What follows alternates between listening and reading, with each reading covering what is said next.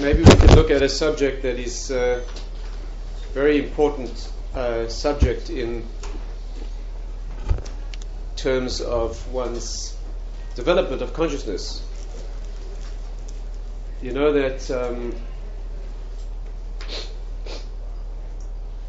you can start many ways, but here's one fascinating way to begin the subject, and that is that the Gemara says in one place that what attracts one to do something that's wrong, the Gemara describes in a paradoxical fashion, or rather the verse in Isaiah, actually in the 5th chapter of Isaiah, describes a paradoxical attraction to sin. Thank you very much.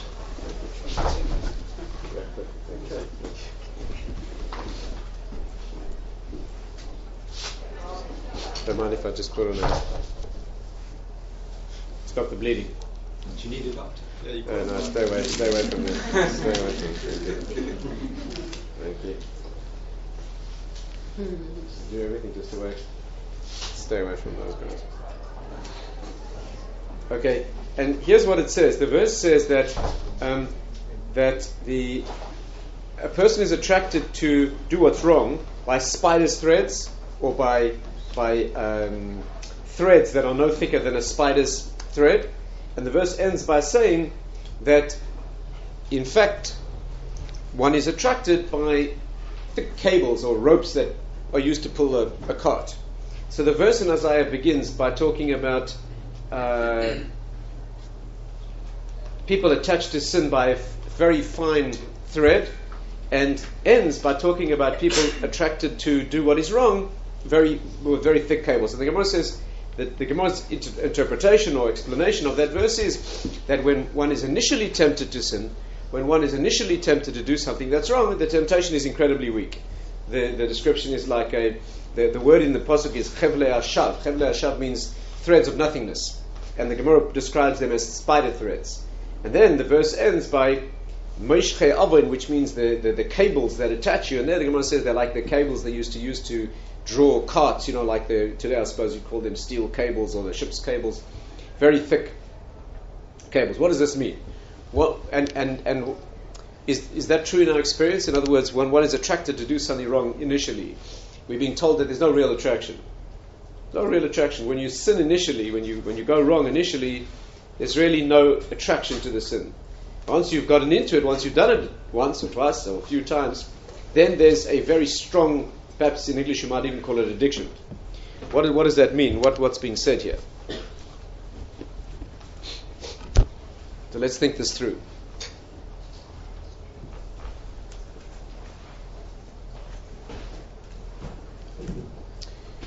In fact, if you examine your own experience, I think you see this. You know that when a person is initially faced with something that he's never tasted, something that's illicit, improper, sinful, that you've never tasted, there really is no attraction to it.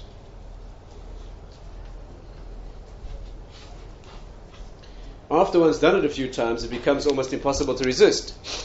Right? Let's take an example. It's a 13-year-old young man who contemplates smoking his first cigarette. Right? There's no attraction. There's no innate attraction. The addictive force, right? The compulsion is not felt initially. We have to understand what exactly the attraction is. But initially, when he contemplates doing that thing, there can't be an innate attraction. He's never tasted it before. There can be no inner drive. And what happens is he tries his first cigarette and it doesn't taste good at all. Not at all. Right? First time, in fact, some parents have a policy then they want to make sure their children don't smoke, is they make sure they smoke one cigarette completely. Right, in front of him, completely, without a pause, from beginning to end, right? Because they know the child will feel so sick. Hopefully, he'll never touch it again, and that's what happens. So the first time he indulges in this illicit activity, in fact, it doesn't taste good. That isn't necessarily always true, but in this case, it certainly is. And somehow, despite it making him feel sick, somehow he gets through that, and eventually, somewhere down the line, it becomes an addiction. A very powerful addiction, even to a point where the person is ill and knows that it's tremendously harmful, and yet somehow it overcomes him. I mean, I always share my own personal experience in this because I was very impressed by this experience that I saw when I was starting out as a young doctor. I was doing surgery at the time. I was a junior intern in surgery, and we got in our hospital ward a patient who had Berger's disease. This disease is a genetic susceptibility to the nicotine in cigarette smoke. People who have this disease, if they smoke, their blood vessels close down, right? First their fingers fall off, then their hands fall off. Okay, their body gradually falls apart, literally, right? They're left without fingers, without. The reason is that the blood vessels are clamping down in excessive response to the nicotine, which is a vasoconstrictor, and there's not one recorded case in a non-smoker. Right? It's a genetic susceptibility there. If they smoke, they have this exaggerated response, and that is what the disease does. If they stop smoking, the disease arrests at that point. If they carry on smoking, their body literally, right? This is what happens. And on this occasion, I was a junior intern. It was my first year in surgery, and we got this 45-year-old highly intelligent engineer who came into our ward with a blue leg. The reason is that the main artery supplying his leg had been closing down, and his leg had been going blue. His toes were already black, and they were gangrenous.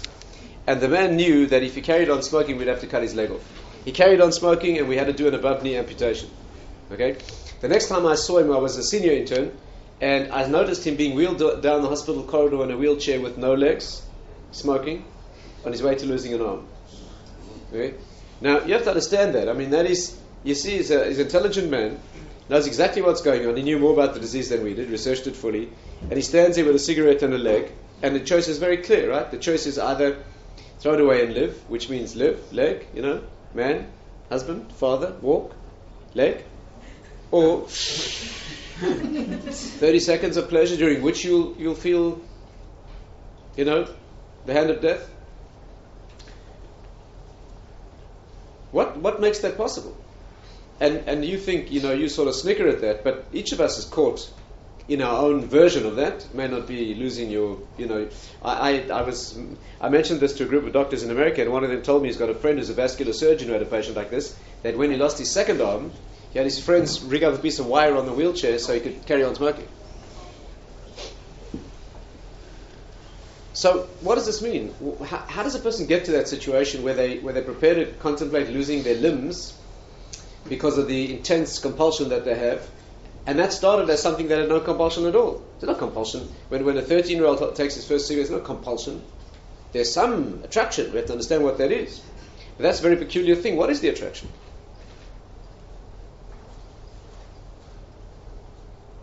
But let's think through this. It's a very, very, very, nothing could be more relevant to us, of course.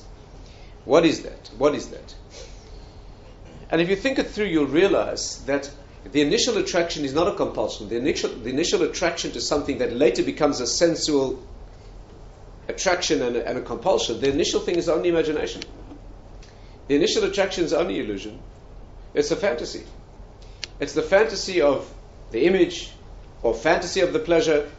And of course the world of advertising knows that very well. Right? So the world of advertising links very deep aspects of character and personality and aspiration to an image. But in the beginning it's only a fantasy. That child who's contemplating that cigarette, the attraction there is only the world of fantasy. It can only be in the world of fantasy because there's no innate attraction. Once it's been tasted, and that's what the Gemara is telling you, is that the verse in the Torah is telling you that the initial attraction is only a spider's thread. It'll be easily snapped. There's no problem snapping it then. After it's been indulged and that thread thickens up and it becomes a cable, then it could be as painful as life itself to detach from that thing, right? When there's that inner compulsion.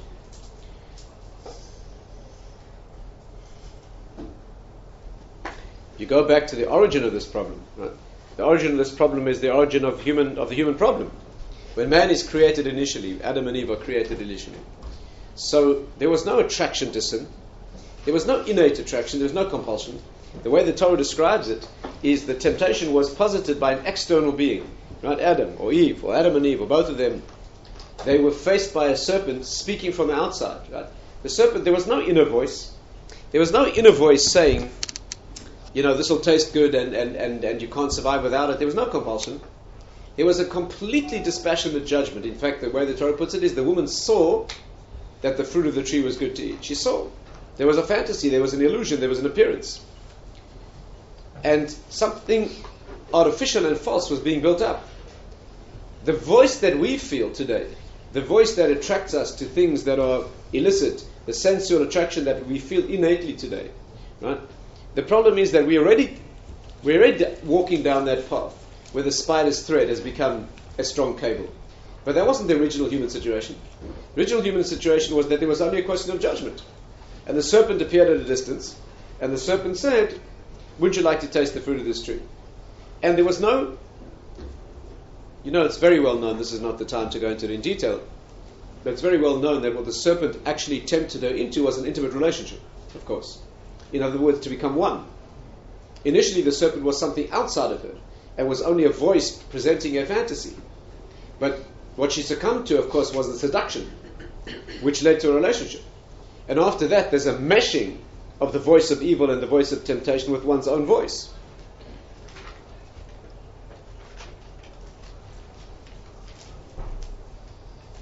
Know that you could say this many ways. One way to put it is like this.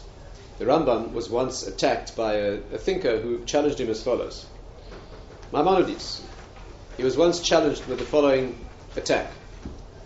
That before man and woman, ate the fruit of the tree of the knowledge of good and evil, so they had no knowledge of good and evil. They had no knowledge of good and evil. It's a tree of the knowledge of good and evil. When you eat the fruit of that tree, you gain the knowledge of good and evil. So this person said to the Rambam, there's something very strange here. Man exists in a state where he does not know good and evil, and God warns him not to eat the fruit of the tree. But if he eats the fruit of the tree, which in fact he does, he gains the knowledge of good and evil. How can a sin, which is so lethal and so dangerous and so damaging, that sin brought death to the world, and from then on it's been downhill? How could a sin, such a flagrant disobedience of what Hashem wants, something so negative, how could it lead to our gaining something? Before man is a creature, a being who does not know good and evil, and after he eats from the fruit of the tree, he's a creature who knows good and evil. So you see that he benefited from the sin. That was the claim.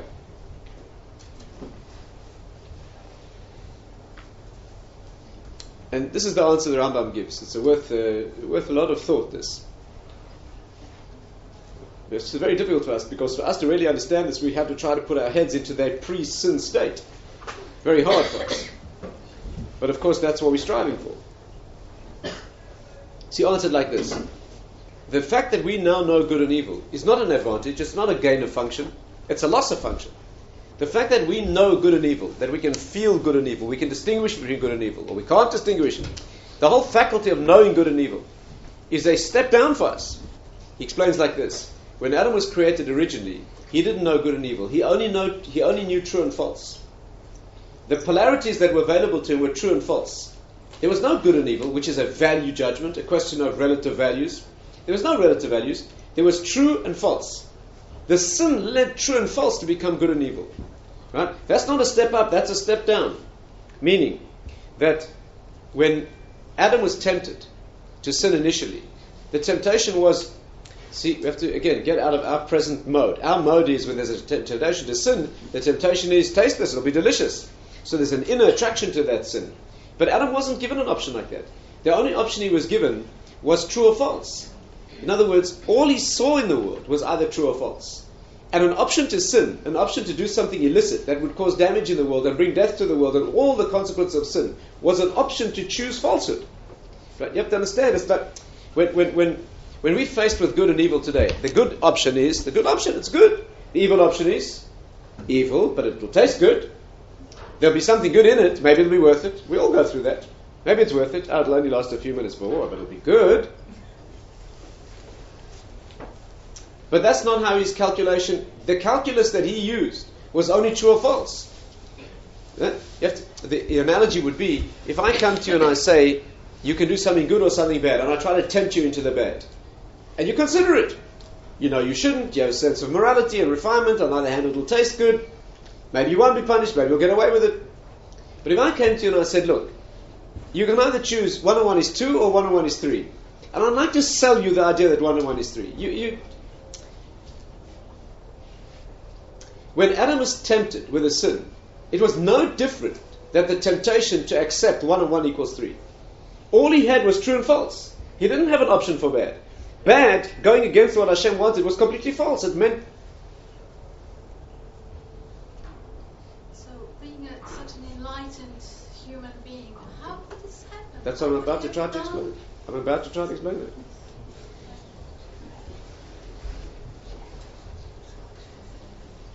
He was given only his clarity of thought, admitted only things that were true and things that were false. Right? There was no difference in his mind between trying to convince himself that 1 and 1 equals 3 and trying to convince himself that he ought to go against Hashem's command. What could be more ridiculous? What could be more ridiculous?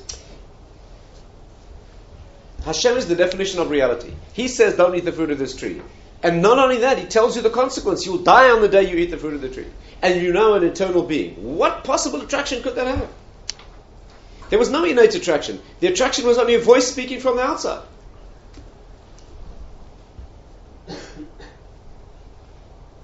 Says the Rambam, after he ate the fruit of the tree, he no longer lives. We no longer live in the dimension of true and false. Our dimension of true and false is only a very rarefied zone, in the mathematical and the logical perhaps, and certain aspects of the logical and technical issues. But when it comes to the world of values, there's no true and false. It's good and bad. Every good has some potential bad in it. Every good has a price. And every bad has some potential redeeming. No matter how brutal and extreme, it's got some tasty element.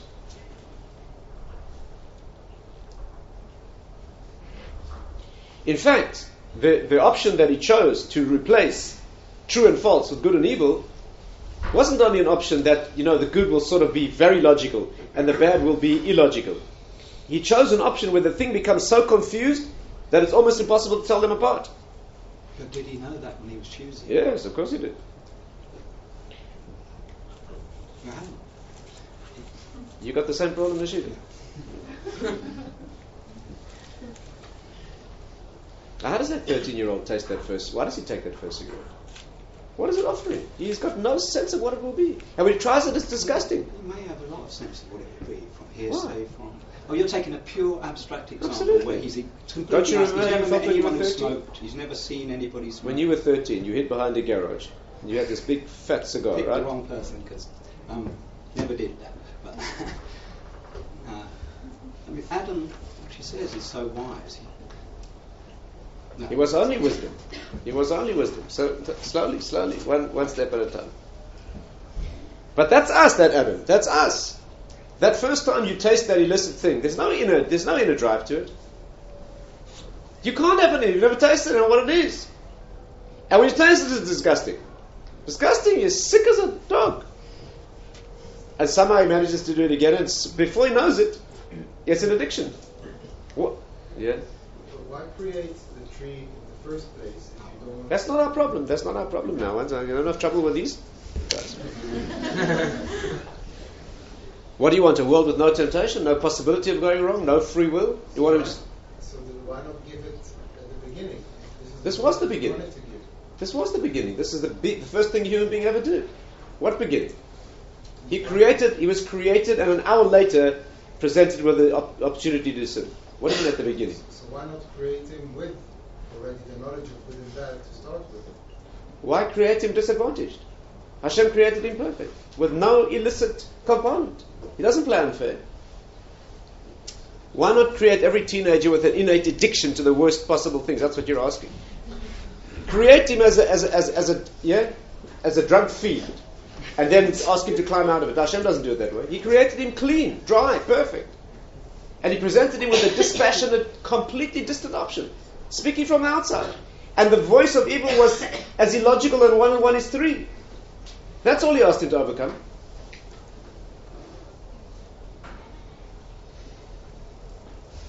You couldn't have been perfect with such a choice. Having free choice is your perfection. Okay, we want this freedom.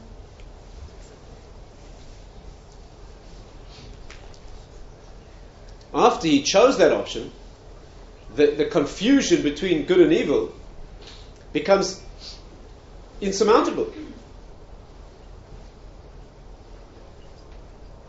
You know that you could say it like this: before the sin, he was pure his consciousness was only spiritual. That means the way he saw himself, the way he thought of himself, the way he grasped himself, was only a desire, a flaming desire to connect with Hashem and go back to his source, right?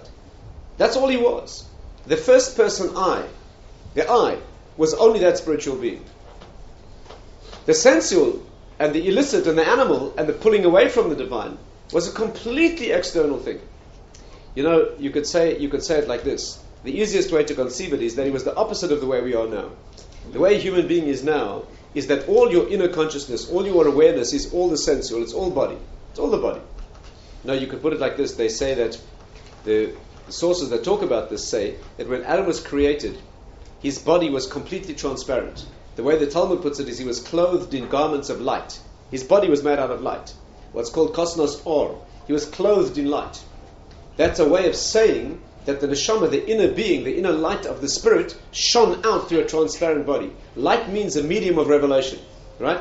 After the sin, he became clothed in garments of skin.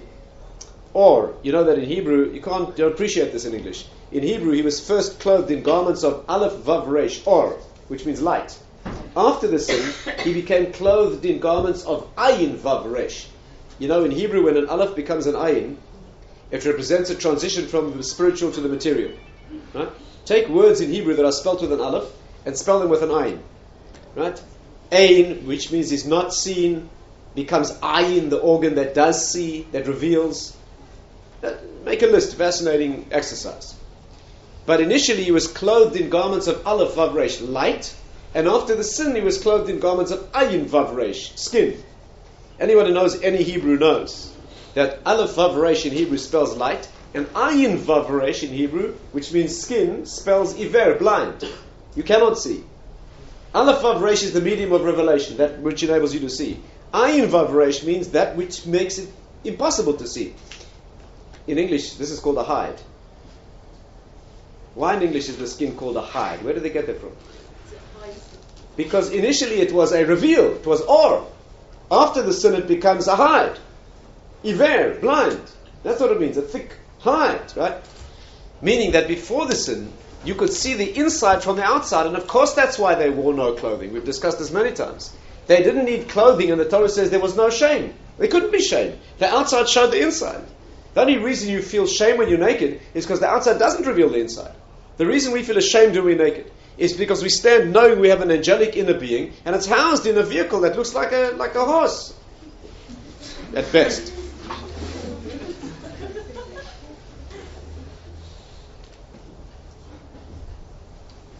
Why are we ashamed without clothes? You think it's a sociological phenomenon? No, sociological. In all cultures, at least some part of the body is covered. By the way, initially man covered only his immediate nakedness. And then Hashem taught him that he has to cover the nakedness in a way that reveals dignity. Right? Because the problem always has to become the solution. That's another whole discussion. But initially there was nakedness and no shame because the body was not visible. The body showed the neshama. When you looked at the human being, you saw, the Gemara said that after he sinned and died, the light that shone from his heels was greater than the sun. That before the sin he was incandescent with spirituality. If you look very hard, you could make out the wispy outlines of a body. Today when you look at a human being, you can only see the body. If you look very hard, you can make out the faintest glow of a soul. Perhaps 1 second before death and 1 second after death, there's something that changes on the face. Our sources call it the ziva panim, the glow on the face.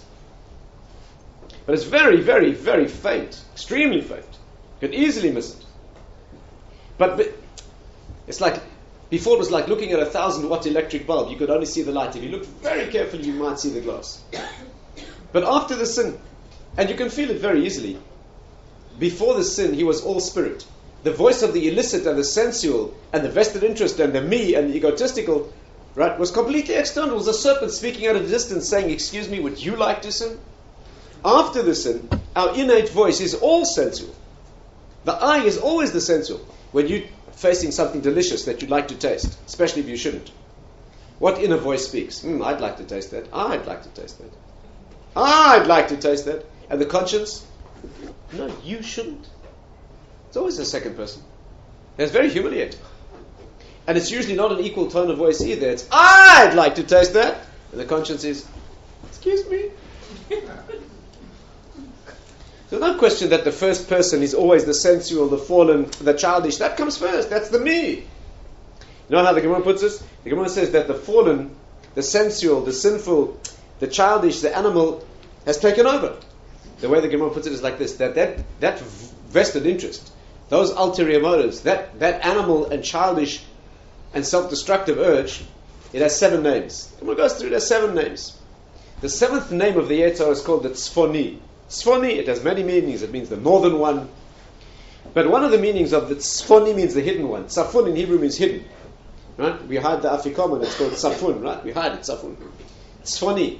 The Yetzer Hara is hidden. The obvious question is, Yetzer Hara is hidden? I know my Yetzer Hara very well. He is not hidden from me.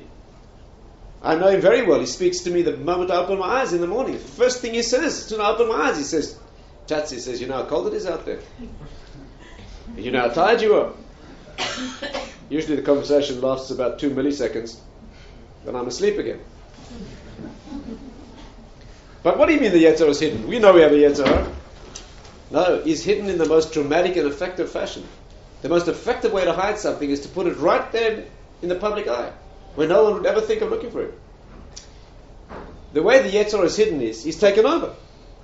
He's not ducking and dodging in the crevices of your inner awareness. He's taken over. He's saying I when he means you. You know, the Gemara puts it like this. This force of self-destruction, this lower being, the Talmud says, is first like a passerby in the street. Then he's like a beggar at the door. Then he's like a guest in your home. And then if you're lucky, you remain a guest. Meaning he's taken over. If you're lucky, the spiritual remains some sort of guest. My Rebbe once put it like this. He said, what's the right way to rob a bank? I mean, you have to imagine him saying this, but what's the right way to rob a bank? You walk in with a motorcycle helmet and a gun. Nobody in his right mind would do that. And, the right way to rob a bank is to make an appointment with a manager, walk into his office, put a sock in his mouth, lock the door behind you, tie him up, put him in the cupboard, and sit at his desk and run the bank. That's the sensible way to rob a bank. Anybody with any brains, that's how you rob a bank. Okay? That's what's been done to us by what's running the show is not your mature, refined, spiritual conscience. Who's running the show is your animal, childish, self-destructive. But he's saying I. Talk about hidden. So when you say I want this and I want that and me and I, you're talking about this completely undeveloped lower being. Where's the real I? He's buried in some going occasionally, once a year maybe. And therefore, beforehand, there was only true and false. The option of sin and self-destruction and bringing death to the world and going against reality. You're talking about Hashem's command. That's reality. Going against that was no more appealing than saying that 1 and 1 equals 3. And after the sin, it now becomes not a true and false option. It now becomes a good and a bad option. Let's put it like, let's understand this a little bit more deeply. What is the meaning of the eating of the tree, the fruit of the tree of good and evil? That's called Eitz Hadas Tov, the tree of the knowledge of good and evil. What does that mean? Anyone who analyzes those words will be struck to note that it's not called the tree of evil. It's not called the tree of evil or the tree of the knowledge of evil. It's called the tree of the knowledge of good and evil. What's the good doing there? The whole point of that tree is its temptation. When you eat the fruit of that tree, evil enters the inner being. So why is it called the tree of the knowledge of good and evil? So the secret is this. In Hebrew, the word das, which is knowledge, always means intimate connection. Marital connection is called das, knowledge. Knowledge means a bonding of the knower and the known. The tree of the knowledge of good and evil means the tree of intimate bonding of good and bad. It doesn't mean the tree of the knowledge of evil. It means the intimate bonding of good and evil where they can no longer be distinguished. When you eat the fruit of that tree, you don't become evil, you become confused. When you eat the fruit of that tree, you can no longer distinguish good from bad. Do you know what that tree is called in the Kabbalistic writings? It's called the Ilana de Sfeika, the tree of doubt. When you eat the fruit of that tree, what happens is a confusion. You can no longer sort out values in black and white terms. What happens to the man eats the fruit of the tree, and what happens? He starts hiding under the trees. Hiding from the one who sees through the trees. Talk about confused. That means one moment he speaks to God and he knows exactly who God is. A moment later, he's hiding under the trees, as if Hashem can't see him. What a pathetic image. But there's one worse than that. And that is when Hashem arrives in the garden, there's a rule that God only deals with you the way you deal. That's called Hashem Silchal Yad Yeminecha. Hashem is your shadow at your right hand. A shadow moves exactly as you move.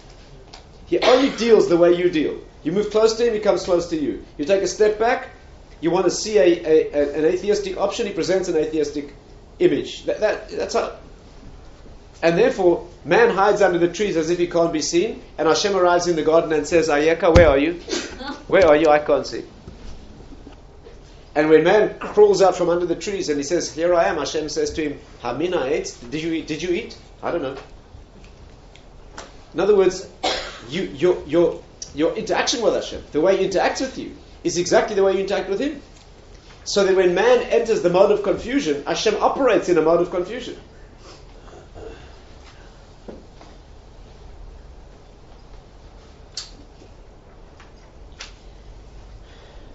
I mean, Tzorek as a whole is not a time to go into it now, but just as a complete aside for some further thought, when Hashem says to him, Hamin ha'etz, did you eat from the fruit of the tree? The word Hamin is Haman.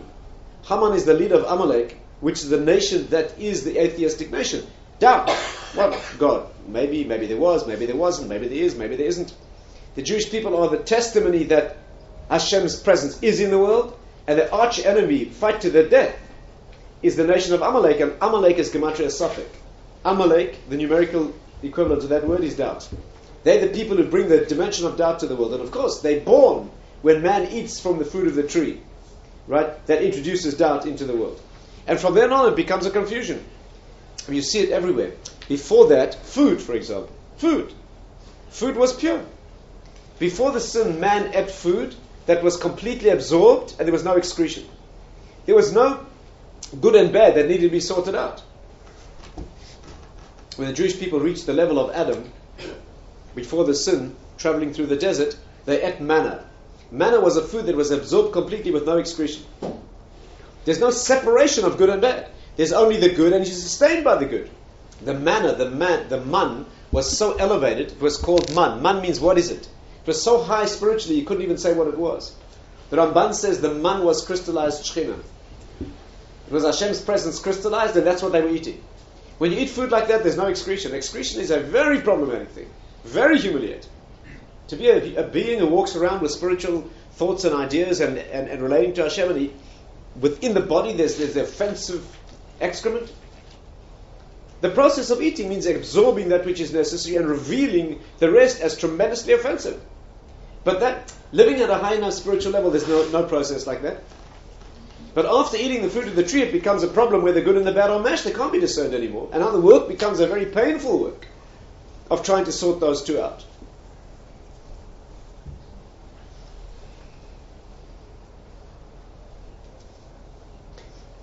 When the Jews moved through the desert, they reach a situation of purity. They are eating food that is manna, it's absorbed completely, there's no excretion. They come face to face with an idolatrous nation who worships excretion. You know that through their travels through the desert, they met a nation called Pa'or. Pa'or means to make yourself disgusting, and their cult was the worship of excretion. And we're talking about incredibly intelligent people. We're not talking about weirdos and kinks. The Torah doesn't descend to that. The Torah is talking about people on an unbelievable level. These people worship excretion. They had effigies and idols which represented certain powers in the world, and the way you served that thing was you performed your personal ablutions. The Gemara says there was one woman who had served every idolatry in the world. You can imagine what she'd been through. Okay? So they were all tremendously licentious and illicit. You can imagine. When she came upon this one, she was so disgusted by it, she decided to show them what she felt. So instead of performing her own bodily functions in front of the idol like they did, she went and did what she had to do on the head of this idol. And the Midrashim said the priests of the idol were so impressed, they said to her, Shkech, they said, we've never seen such consummate worship. What's going on? What's going on is the battle for the human soul, is the battle to separate the good from the bad, to extract, to see truth, and leave the alternative as false. From a world that presents a mixed option. The world only presents mixed options. There's no good in the world that doesn't have some bad in it. There's no good in the world that doesn't have a price to pay. And there's no bad in the world that you couldn't possibly relate to with pleasure in some positive fashion. No matter how distorted you have to be, but you could do it. The values of good and evil today do not speak to us like true and false. We're not on a level where we see the good as right and true, and evil as completely false, as ridiculous as 1 and 1 is 3. We don't see it that way. We see it as something worth considering. Maybe a little bit, maybe just a taste. Maybe I'll get away with it. Maybe more, maybe less, maybe today, maybe not tomorrow. What drives all of this? And the answer is fantasy. That's called dimyon. Dimyon is the human faculty. All man had to go wrong with initially was the power of imagination. Dimyon means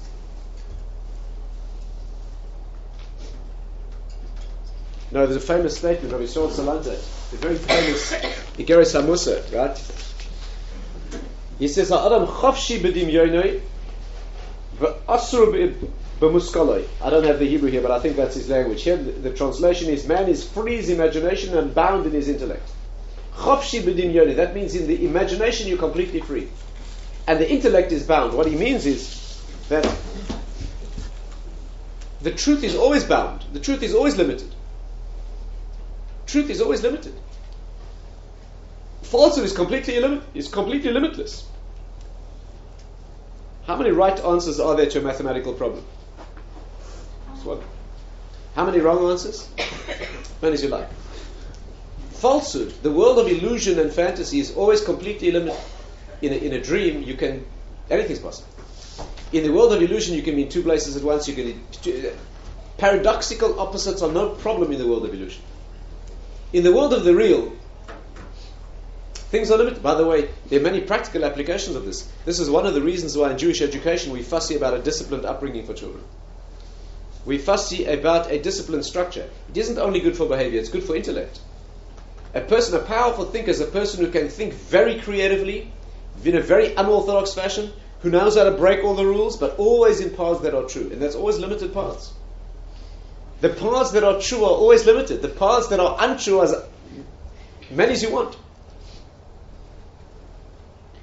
And therefore, if Shal's teaching us, he says, "Adam chafshi b'dimyon." A person is free in his imagination. That means free, go whatever you want. Complete divorce from reality. No problem. But in intellect, you are bound. You're bound by the truth. Of course, you need a harmonized coexistence between the two. The correct relationship between seichel and dimyon, these are partners in the mind. The seichel is the process of intellect. The dimyon is the process of imagination. And we can never exist one without the other. You can never function in intellect without imagination. Imagination, image. You can never think through a process without images. You can't. Going from step 1 in a problem to step 2 requires an image. The image might be the people involved in the problem, the circumstances. If it's mathematics, it'll be numbers. If it's higher mathematics, it'll be symbols. But there's got to be some imaged element. The balance depends on what you're doing. If you're a mathematician, the dominant force is the intellect, and the very ethereal, minimal element is the imagination. If you're a great artist, then the dominant force is the imagination, and the intellect and the logical process is, but it has to be there. A great work of art, it can be a very powerful horse with a very small rider, but the rider has to direct him. A power of imagination without any logical direction is just a mess. There must be a unifying theme that controls it and moves it. And the human problem is that all the energy comes from the imagination. It never comes from intellect. It's very easy to demonstrate. Sit back in an easy chair, relax, take a deep breath, unwind. And what faculty functions? Never intellect, only imagination. Only imagination. And the way the imagination functions is one image to another. And the process is a process of association. When you sit and relax without trying to think about something in a focused fashion, what happens is you get an image, and that triggers a memory, and you smell what it was like, and that takes you someplace else, and before you know it, you can't even remember where you came from. It usually happens when you're trying to daven a good Shemona Esrei. You're going to now You take 3 steps back. Now you're going to really concentrate. Okay, now you address God with all your intention, and before you know it, you're taking 3 steps back, and you've been in Hong Kong, or who knows where you've been. If you could concentrate on one thing for 1 minute, you're a Superman, Superwoman. Try it. Try to sit and concentrate on one thing for 1 minute. It's very humiliating. The Rambam rules that when you're davening Shemona Esrei, praying the Amidah, which has 19 blessings, you're only required to have intention for the first one. You know that? That means if your concentration wandered and you realize that actually you were dreaming, you don't have to repeat it as long as you meant the first blessing. And then he goes on to say, and even if you lost concentration in the first one, we don't repeat it because you'll get it wrong again. Very humiliating. 19 blessings, speaking to God, yeah, and all you can manage is a little bit of focus in the first one. It's already very good. The reason is all the power and the drive is not in the intellect. Intellect always needs to be driven from the outside and controlled. Even when you take step 1 and step 2 in a problem, and you call up the images that you need, you're much more likely to be snapped out of the train of thought by an association than remain in it. It takes tremendous control to allow the intellect to dominate the process. Bring up an image, only the one you need. Connect it to the next step, discard that, bring up the next image, only the one you need. Very difficult. Very difficult. The intellect has no power of its own. It requires constantly to be held in focus and driven one step to another. The imagination works with no effort at all. And of course it works without intellect. The process is association completely logical. Completely logical. Sometimes you sit down to solve a problem, a very important problem. And if you say this hasn't happened to you, you're lying. A very important problem. You sit down and you focus and you take step 1 and step 2, and suddenly you discover you're someplace far off and you can't even remember what the problem was that you sat down to. Very embarrassing. The big enemy, the original enemy, is the power of fantasy. It's the power of illusion. It's the attraction to enter an unreal world. When a teenager has their first cigarette, the attraction is the world of unreality. And there may be many barriers. It may be distant from you. And the first engagement of it may be painful and nauseating. But there's a world of unreality that beckons. It's a serpent at a distance saying, would you like to try this? Why would I want to do that? Well, let me paint you a picture. And that's what we do to ourselves.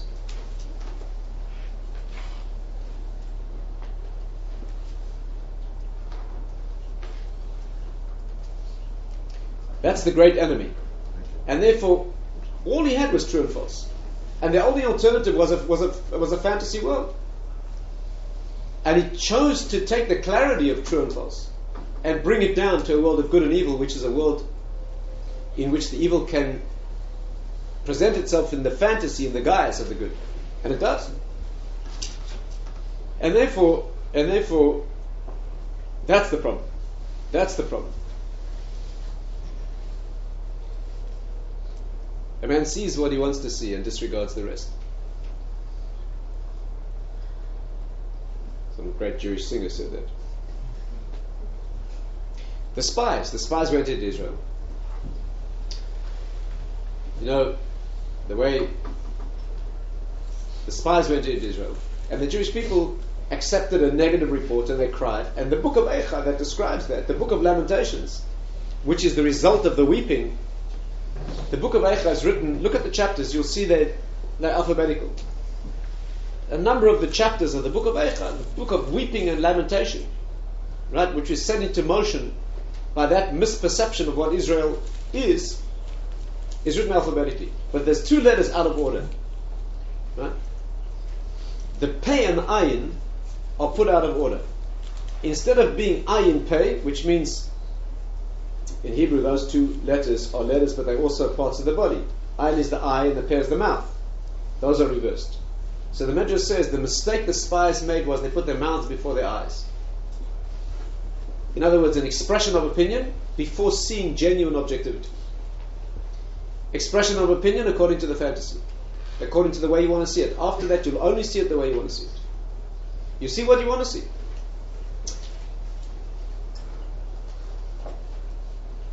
You know, they went into the land of Israel. They saw tremendous negative. People were dying all over the place. People were dying. It was a time of tremendous funerals. So they came and they told the Jewish people, this is a land that eats its inhabitants, people die there. The correct vision was that Hashem, God, caused many funerals to be taking place so that they would be undiscovered. People would be involved in their mourning, and these spies could move freely. But they didn't see it that way. They saw it as the land. Once there's a perception, the projection is always the way you want to see that perception.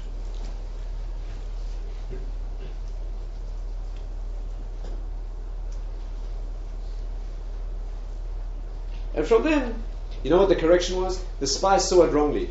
So Hashem gave them the mitzvah of tzitzis. Right? Tzitzis was a correction. Because it says you look at the tzitzis and you remember all the mitzvahs of Hashem.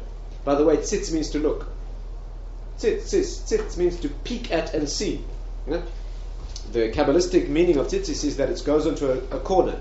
You know, you put them on the corners. Only a cornered garment has them. The meaning of a corner is a distortion. The meaning of a corner is when you have a straight line and it bends, then you get lost. When you're walking along a straight road, you can never get lost. No matter how long the road is, you turn back, you will always see the point of origin. You can never get confused. Once the road turns, then you're in trouble. Because once you've taken the turn, and you turn to look back where you came from, all you see is a lonely, meaningless fork in a meaningless road. Unless you know how to see around corners. So when there's a deviation, the tzitzis tells you keep going straight. There was a correction to misperception. That's why the Gemara says the reason of tzitzis used to have a blue thread. We don't have the blue thread, not going into all the reasons. But the blue thread that should be on the tzitzis, the purpose is, you see the blue thread, it reminds you of the ocean. The ocean reminds you of the sky, and the sky reminds you of Hashem. Meaning that you look at this thing and it's a point of focus, and it readjusts your values and puts you on the correct track. The spies went in with misperception. We now have the mitzvah of tzitzis, which is a correction of perception. But it only... You know, once Rav Dessler was giving a shir to some businessmen, and he was telling them that tzitzis has a blue thread, and the reason for the thread is you look at the blue thread, reminds you of the ocean, reminds you of the sky, reminds you of God. So one of the businessmen said, Rabbi, are you serious? Do you mean because I look at a piece of blue thread I'm going to think about God? I mean, isn't that a little extreme? My process of association, God tells me put a blue thread on these, I look at this and go... So Rav Dessler said to him, you know, there's a law that you shouldn't look at women's garments. Yes, you look over the fence and your neighbor's wife is hanging out her washing and her intimate garments are hanging on the line. You shouldn't look at those garments. You understand that? The man said, yeah, you look at those, you've got some illicit thoughts, you know. But Esther said, really? A few pieces of colored cloth, you're going to start thinking about women? Depends where your head is. That's the answer. If you think about women, it's plenty. If you love sick in a relationship with God, a blue thread is plenty. It depends where your head is. It's not what you see that makes you think. It's what you want to think about that determines what you see. A person in love, to the extent that he can't think about anything else, doesn't need any reminders. Everything's a reminder.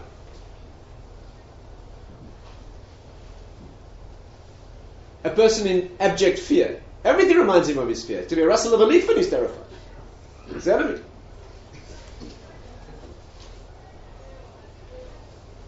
Take two professionals walking down the street in different professions and ask them after that walk what they noticed. Husband and wife walking down the street. Question them. A 5-minute walk. Ask them what they saw. Completely different worlds. Completely different worlds. He didn't notice a single thing that she noticed. She didn't notice. You see what you want to see and disregard the rest. The original problem was a problem of the confusion raised by imagination. Man had no innate sense of attraction to sin, but he had an intellect, he had a mind, and his mind could set up the falsehood of illusion, and that becomes a whole world, and it becomes so powerful that it'll go through the nauseating experience of the cigarette and another one until those spider threads have become steel cables.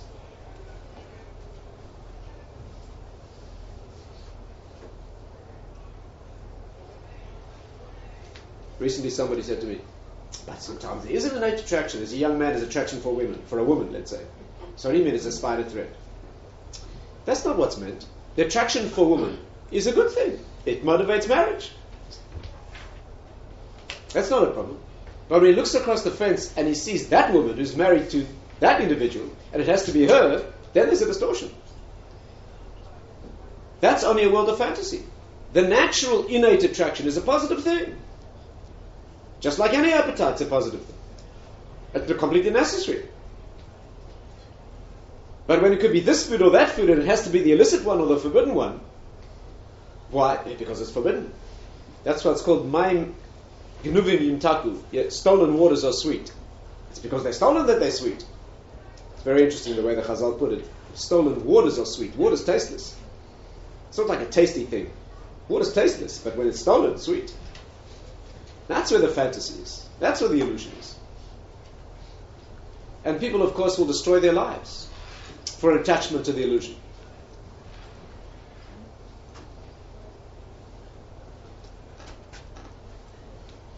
The first objective in Torah study is to become objective. The first objective is to have an organized and disciplined mind and to see things as they are. First of all, in the self, and then project it into reality. And the tools are a brutal and ruthless work on the self to see things as they are and to have a Rebbe. One needs a teacher. Somebody who's more objective and more developed and more mature, who's not afraid to tell you the objective truth about yourself, even though it may hurt. Because it's worth anything to break through those bonds of illusion. Of course, people don't like that. They want a Rebbe who's going to tell them the same fantasy that they see themselves. But anybody with any sense chooses a teacher who's going to be brutal. In the old yeshiva world, they used to look for masters who would be very brutal.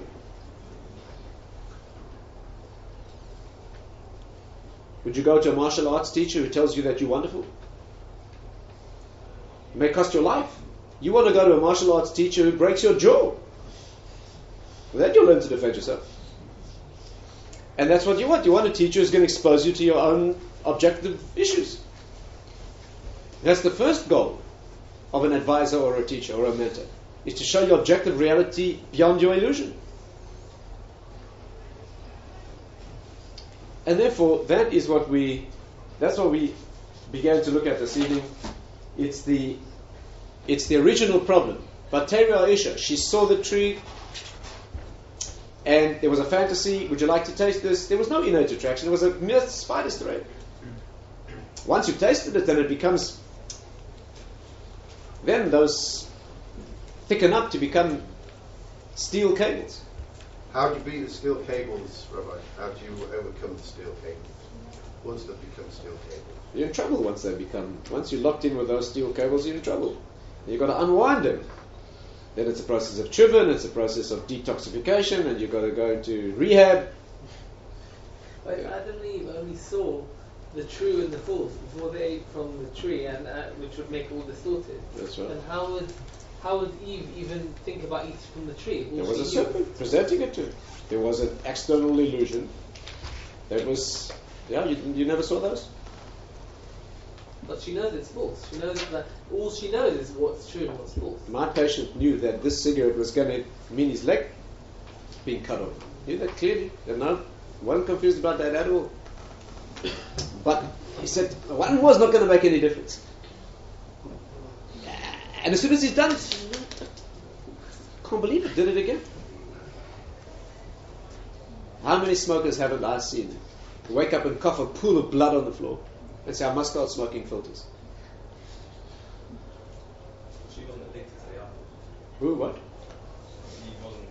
That's the point. There was no addiction. It starts off as a spider's thread.